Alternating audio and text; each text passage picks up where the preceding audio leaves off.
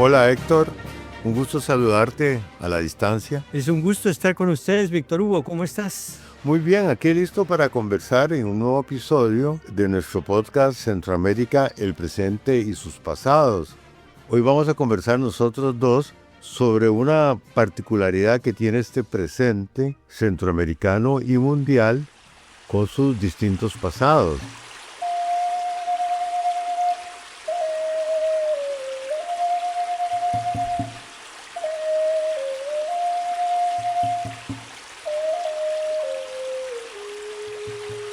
Centroamérica, el presente y sus pasados.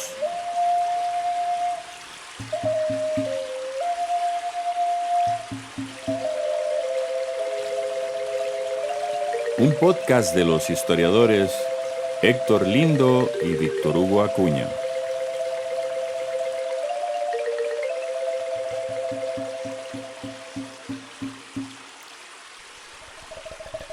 Producido por la Universidad de Costa Rica.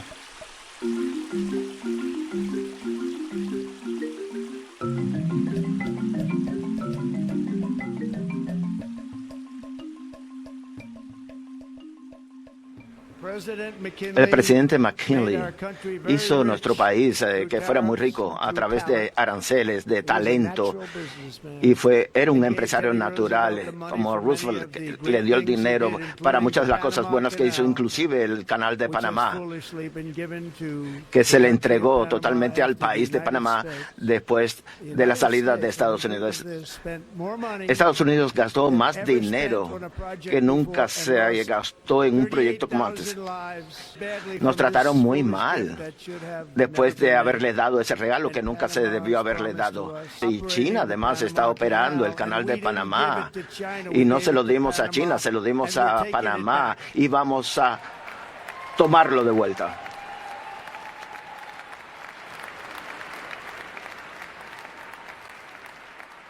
¿Qué pasados están en relación con este presente dominado por las políticas globales imperiales de la administración Donald Trump? Estoy pensando tanto en los pasados a nivel global como en los pasados a nivel centroamericano. Yo me permitiría preguntarte cómo ves esa relación entre esto que hace Trump ahora y la historia centroamericana en sus relaciones con los Estados Unidos. Pues para mí una de las claves de cómo se iba a comportar Trump la dio desde el principio de su segundo periodo, cuando dio su discurso de inauguración presidencial. Y él mencionó con gran admiración a los presidentes McKinley y Roosevelt. Ahora bien, el presidente McKinley fue el que presidió durante la guerra hispano-estadounidense con la que Estados Unidos se apoderó de Cuba, de Puerto Rico, de las Islas Filipinas, de Guam y de paso de Hawái. Y el presidente Theodore Roosevelt siguió en el mismo proyecto. De hecho, Roosevelt participó en la guerra hispano-estadounidense en Cuba y luego, cuando asesinaron a McKinley, llegó a presidente y continuó el mismo tipo de política fuertemente intervencionista. Y estos son los héroes de Trump. El presidente Theodore Roosevelt fue el que enunció ese famoso corolario de la doctrina Monroe, que no era solamente América para los estadounidenses, sino que él añadía que Estados Unidos tenía el derecho de ser el policía del hemisferio occidental, principalmente de Centroamérica y el Caribe. Dentro de la doctrina Monroe se daba el derecho asimismo para intervenir en la política de nuestros países. Y luego Roosevelt también fue el que presidió en esa intervención estadounidense para facilitar la separación de Panamá de Colombia, a fin de construir el Canal de Panamá, que era una ruta que se demostró que era necesaria durante la guerra hispano-estadounidense, porque los barcos de la Marina estadounidense tomaron mucho tiempo de pasar del Océano Pacífico al Océano Atlántico cuando se necesitaban en Cuba.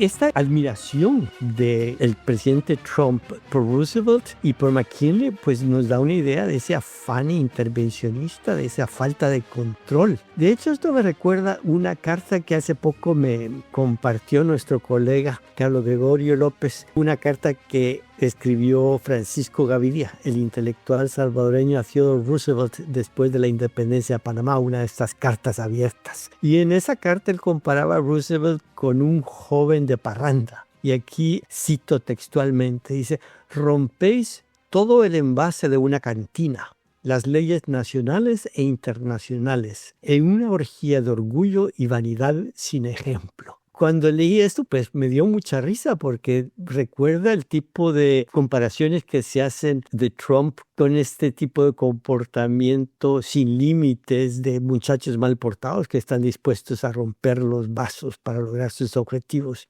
Esta época de McKinley y Roosevelt dio paso a un intervencionismo en nuestros países pues muy grande. Después de la independencia de Panamá, Estados Unidos dijeron que les interesaba estabilizar Centroamérica porque no querían tener ninguna inestabilidad cerca de esa inversión tan grande que tenían en el Canal de Panamá. Y comenzaron a forzar a los países centroamericanos a firmar tratados.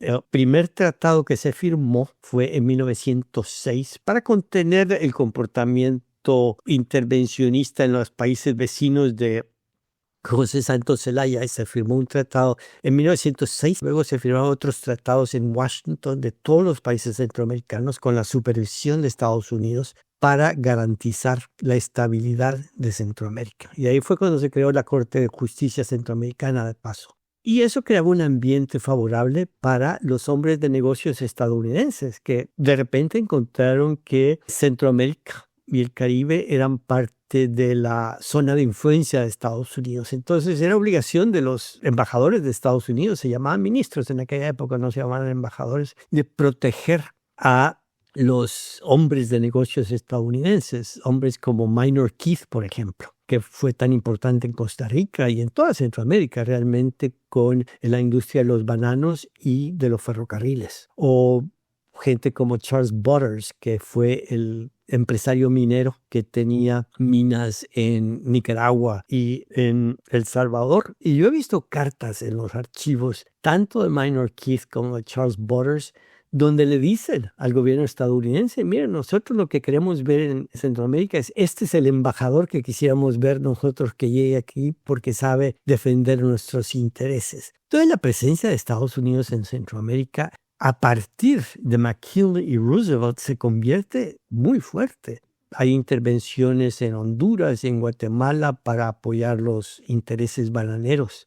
En 1924 hubo una intervención directa en Honduras para mediar en una guerra civil. Cada vez que el ministro estadounidense creía que hacía falta hacer ver el poderío estadounidense, llamaban a la Marina de Estados Unidos que enviara ya sea el Marblehead o el Dakota o cualquiera de estos barcos muy impresionantes y muy amenazantes. Pero el principal foco de atención era Nicaragua. En Nicaragua, Estados Unidos contribuyeron a la caída de José Santos Zelaya, pusieron en la presidencia a Adolfo Díaz, invadieron a Nicaragua entre 1912 y 1925 para apoyar a los gobiernos que favorecían los intereses estadounidenses. Forzaron el Tratado Chamorro-Bryan, que le daba derecho a Estados Unidos de tener un interventor fiscal. Y por supuesto, este interés en Nicaragua tenía mucho que ver con la geopolítica. El hecho de que existía la posibilidad de construir un canal a través de Nicaragua. Te voy a contar algo que tal vez vos ni siquiera sabes. Se trata de un personaje que es por todos conocido. Donde quiera se ha metido a sacar lo que más pueda. Ahora, este es un tema en el que tú, Víctor Hugo, has escrito cosas muy interesantes. Tal vez nos puedes hablar un poco sobre la historia de esta importancia geopolítica de Centroamérica. Héctor, es bien interesante de lo que acabas de decir, que si bien es cierto para algunas personas, las políticas de Donald Trump actuales, en las cuales en vez de utilizar el soft power, como se dice, ha estado utilizando el hard power, es decir, el garrote. sea mediante la amenaza o la ejecución de facto de esas políticas arancelarias, o si no, amenazando de invasión o incluso de ocupación, como es el caso de Groenlandia. Pero es interesante que para las personas del Caribe y de América Central, esto no es sorprendente, sino que esto es algo que viene desde hace mucho tiempo en la historia de las relaciones de Estados Unidos con esta parte del mundo. Evidentemente hay una relación muy directa entre los pasados centroamericanos y caribeños y el presente actual bajo la presidencia de Donald Trump. Si bien es cierto, esa presencia de Estados Unidos en el Caribe y América Central se afirma de manera clara, de manera imperial, a partir de 1898, a partir de la independencia de Panamá y luego a partir de la finalización de la construcción del Canal de Panamá. Esto es mucho más antiguo, que, para poner una fecha, 1850, los Estados Unidos han manifestado claramente un interés por tener un control del territorio del Istmo Centroamericano por razones geopolíticas. Entonces, recordemos la destrucción y quema de San Juan del Sur por parte de una fragata estadounidense en 1854.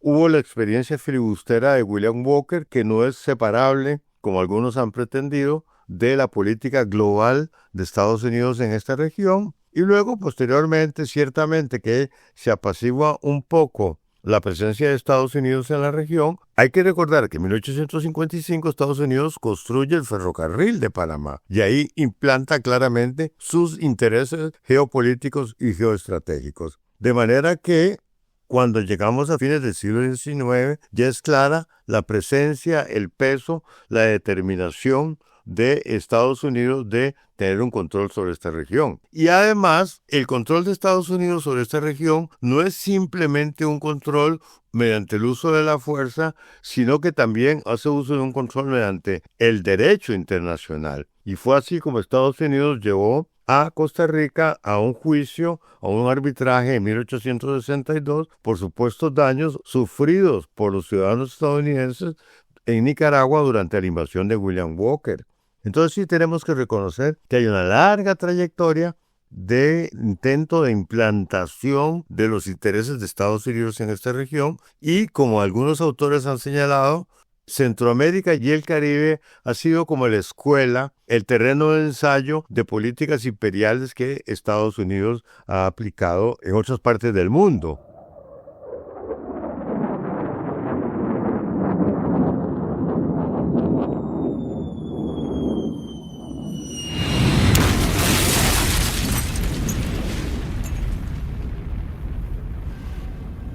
Eres los Estados Unidos. Eres el futuro invasor de la América ingenua que tiene sangre indígena, que aún reza a Jesucristo y aún habla en español.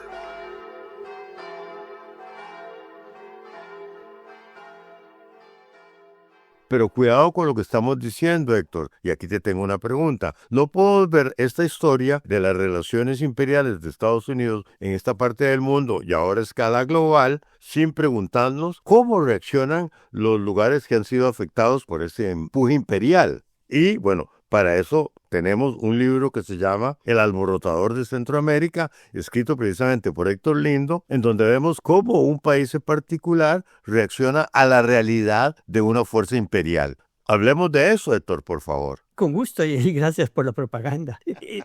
Y creo que la reacción de los centroamericanos se observa desde los momentos que tú mencionas, a mediados del siglo XIX, cuando William Walker trata de convertir a Nicaragua prácticamente en una colonia estadounidense y los países centroamericanos se asustaron mucho, empezando por Costa Rica. Pero luego un ejército de aliados centroamericanos por fin logra expulsar a William Walker. Esa es la primera reacción. Pero luego, cuando en 1898 se empieza a ver lo que está ocurriendo en el Caribe, con la invasión de Cuba y de Puerto Rico y lo que ocurre en las Filipinas, entonces la gente se empieza a plantear y tiene una forma curiosa de plantear. Recuerda una contraposición que se había empezado a hacer ya desde mediados del siglo XIX entre la raza latina y la raza anglosajona. Se empieza a enmarcar la resistencia como una resistencia de los pueblos latinos contra los pueblos anglosajones.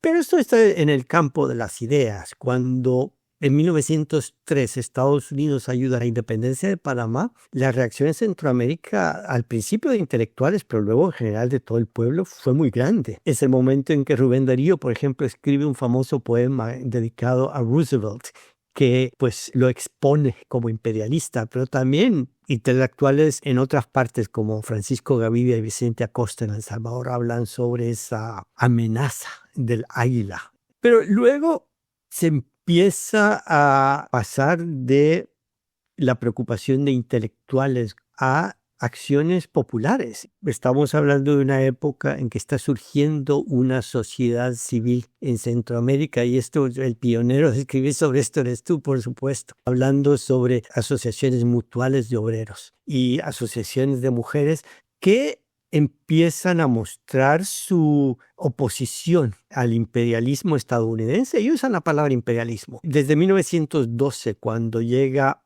Philander Knox, el secretario de Estado de Estados Unidos, a visitar Centroamérica para hacerle propaganda al Canal de Panamá. Él lo que quería era explicarle a los centroamericanos que el Canal de Panamá iba a favorecer el comercio de Centroamérica con el mundo y que deberían de estar muy agradecidos. Los centroamericanos no estaban tan convencidos, de hecho estaban pensando que esto podría abrir la puerta a que Centroamérica fuera otra Cuba, fuera un protectorado. Y al mismo tiempo que llegó Philander Knox, llegó un antiimperialista argentino que se llamaba Manuel Ugarte. Y esto dio la oportunidad para que estudiantes, obreros en El Salvador, en Costa Rica y en Nicaragua y en Honduras existía esta sospecha ante la llegada de Philander Knox y simpatía por la llegada del antiimperialista Manuel Ugarte. Y salían a la calle en El Salvador, por ejemplo, a darle una gran bienvenida con discursos, con manifestaciones. Pero la situación se puso más intensa más tarde ese mismo año de 1912. Cuando el gobierno de Adolfo Díaz, que protegía a Estados Unidos, le vio en peligro y los Marines invadieron a Nicaragua, llevó a grandes manifestaciones porque la gente se indignó. Acto seguido fue la negociación del tratado que se suponía que iba a legitimar la presencia de Marines estadounidenses en Nicaragua, el tratado Chamorro-Bryan. Y mientras se negociaba ese tratado, corrieron rumores en toda Centroamérica que Estados Unidos quería extender un protectorado a toda Centroamérica. La noticia apareció en los periódicos e inmediatamente hubo enormes manifestaciones, y no solamente en las ciudades capitales, sino que hasta en el último pueblo. Lo mismo ocurrió en Honduras y se organizaron luego unas ligas patrióticas ya para darle continuidad a esa oposición. Y fueron tan fuertes las manifestaciones que el Tratado Chamorro-Bryan, cuando finalmente se firmó, no incluyó la idea del protectorado, porque cuando se firmó el tratado estaba por comenzar la Primera Guerra Mundial. Y lo último que quería Estados Unidos era una situación de una población movilizada en toda Centroamérica.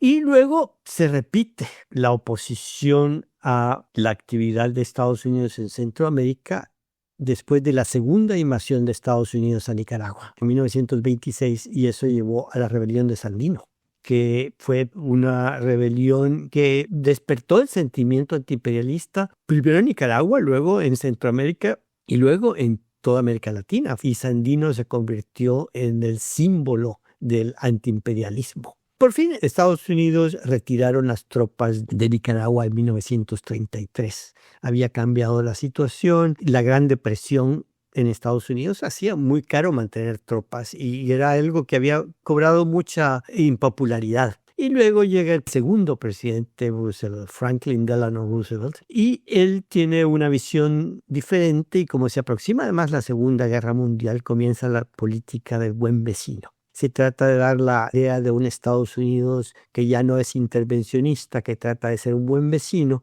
Y eso le resultó muy útil durante la Segunda Guerra Mundial para obtener la cooperación e inclusive las materias primas que Estados Unidos iba a necesitar. La Segunda Guerra Mundial como que significa un parteaguas de ese activismo y de ese antiimperialismo muy fuerte que había empezado desde la independencia de Panamá realmente.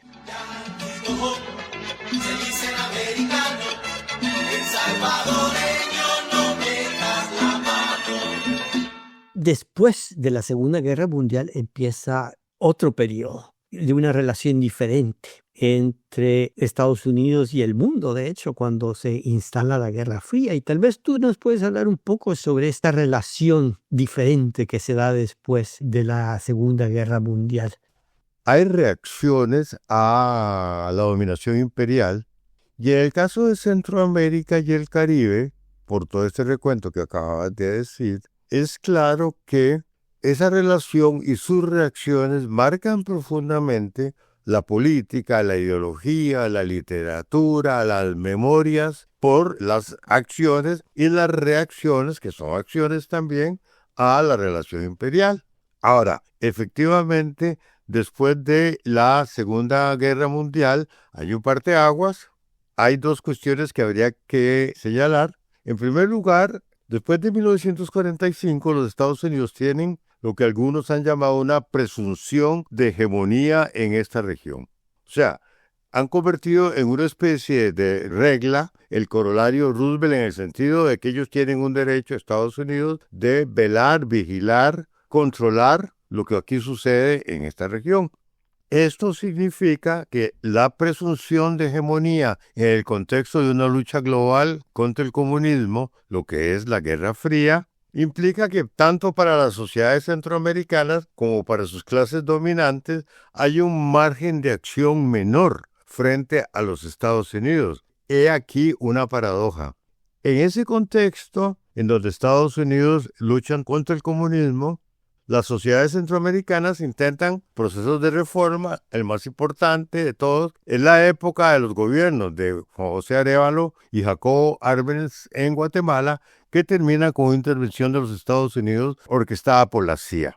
Entonces, tenemos una situación en la cual se intenta, por una vía democrática, reformista, transformar una sociedad profundamente desigual e injusta como la sociedad guatemalteca, e interviene los Estados Unidos. Después viene la Revolución Cubana, y en ese contexto de presunción de hegemonía y de margen de acción limitado, resulta ser que termina Centroamérica en una época de guerra y revoluciones, en donde hay un componente fundamental en esas guerras y revoluciones que no es solo una cuestión de encontrar justicia social para estos pueblos centroamericanos, sino que tiene un componente profundamente nacionalista de rechazo de la dominación de Estados Unidos en esta parte del mundo. ¿Sabemos cómo terminó eso?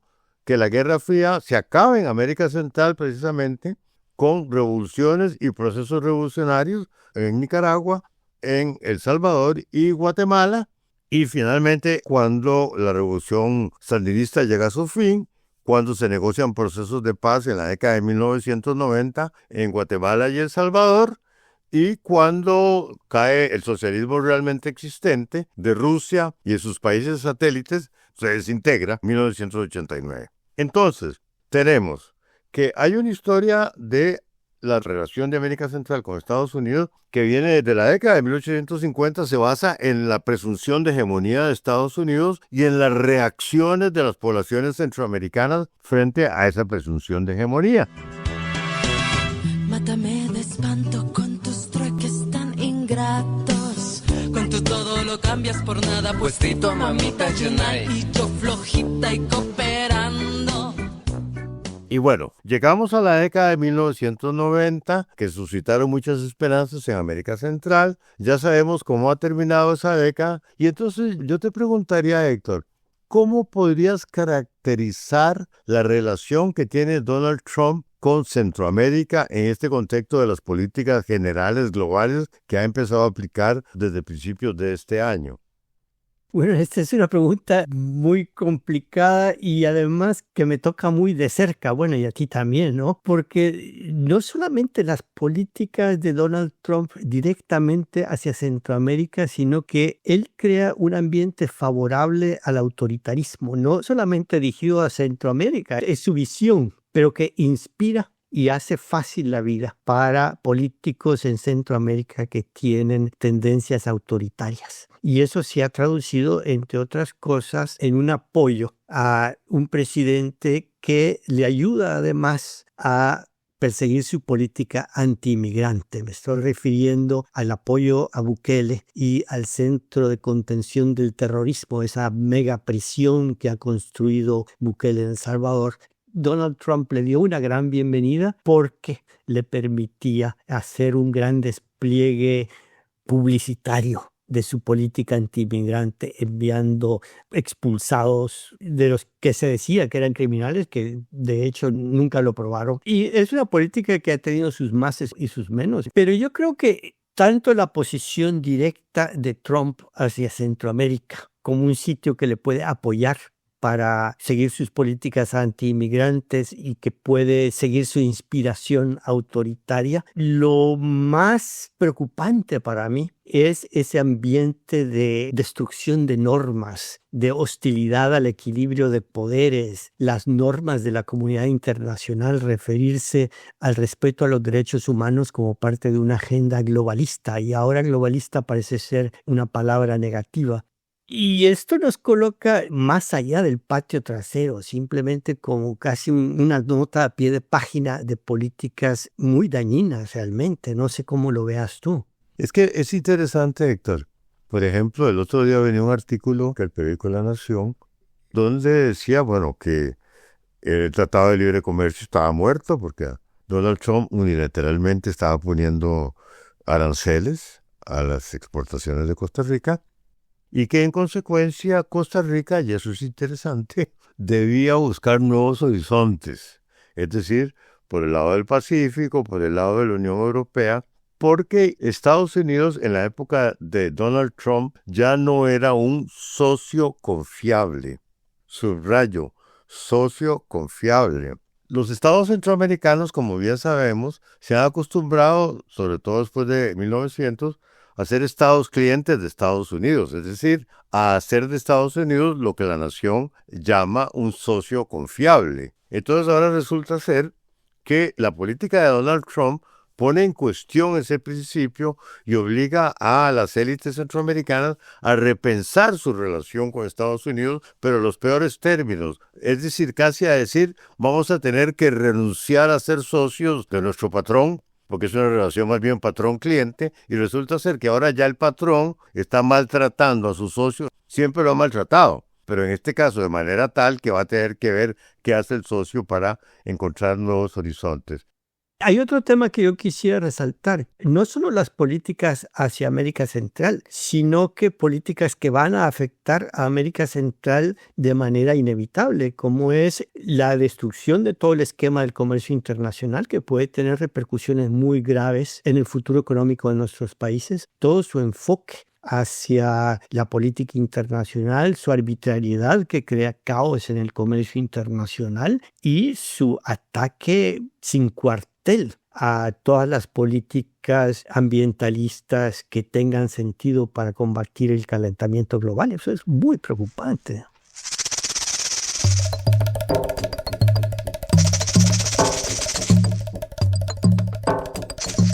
Yo creo que Donald Trump debiera escuchar nuestro podcast Centroamérica, el presente y sus pasados, porque el pasado no es tan fácilmente abolible y según Trump con sus políticas va a hacer desaparecer a los migrantes que le van llegando allá de los países centroamericanos y de otras partes del mundo, y esto no parece ser tan realista. En el mediano plazo, esas políticas que aplica Trump hacia la migración, supongo que Estados Unidos tendrá que revisarlas. Y de todas maneras, no es realista lo que hace Donald Trump, porque si no quiere que le lleguen migrantes centroamericanos allá a sus costas y a sus ciudades y territorios, pues habría que hacer algo para que todas las personas que habitan en este territorio no se vean obligadas a emigrar, a irse a este territorio. Y eso significa que esta región requiere profundas transformaciones sociales y, como lo estaba diciendo muy bien hace un instante, requiere democracia. O sea, mientras haya esas dictaduras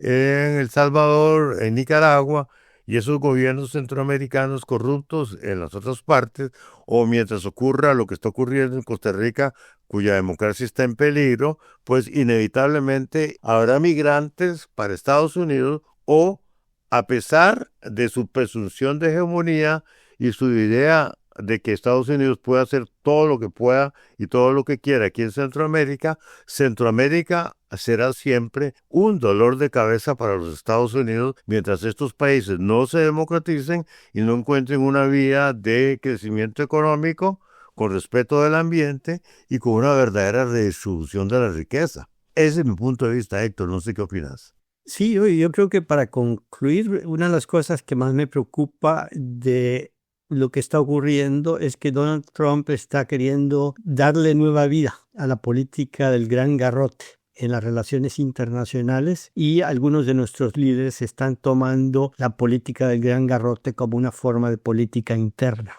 con actitudes cada vez más represivas. Donald Trump está, para mí, descubriendo el agua tibia. Tal vez la está lanzando de una manera demasiado hirviente, pero ya eso es otro problema. Pero efectivamente hay una continuidad a largo plazo de esas políticas imperiales de Estados Unidos en los cuales se mezclan la fuerza y el derecho con otros recursos, y políticas en las cuales nosotros hemos sido, los centroamericanos y los caribeños, su laboratorio y su escuela.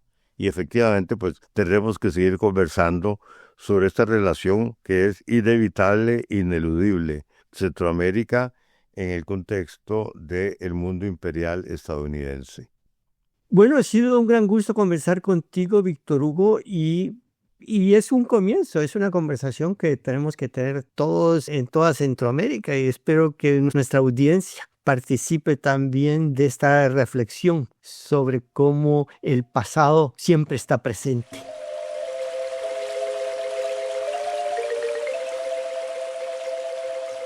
Recuerdo a nuestra audiencia que nos pueden seguir en las redes. Estamos presentes en X, en Facebook, en Instagram. Se pueden comunicar con nosotros por ese medio y nosotros con gusto responderemos, y nos interesa mucho saber sus reacciones. Hasta la próxima.